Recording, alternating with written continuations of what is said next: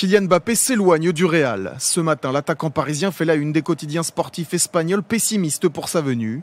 Pourtant, il y a une semaine, le Real Madrid lance sa première offensive pour recruter le champion du monde français. Lui rêve de jouer pour la Maison Blanche. Problème, Paris souhaite le prolonger pour le garder ou le vendre au juste prix. La première offre de 160 millions d'euros est aussitôt refusée. On considère l'offre comme très loin de ce que Kylian représente aujourd'hui. On doit aussi une partie de cet argent à Monaco et on considère que la proposition n'est pas suffisante. S'il est désireux de partir, le club de la capitale ne veut pas le retenir, mais ne veut pas non plus brader un joueur acheté 180 millions d'euros il y a 4 ans à Monaco. L'offre sera acceptée seulement si toutes les conditions parisiennes sont respectées. Je pense que j'étais très clair. Je suis très clair. Tout le monde le sait, notre position. C'est très clair. On ne va pas changer. Merci. Au soir du tirage de la phase de groupe de Ligue des Champions, le PSG reçoit une deuxième offre de 180 millions d'euros, toujours insuffisant aux yeux des dirigeants parisiens.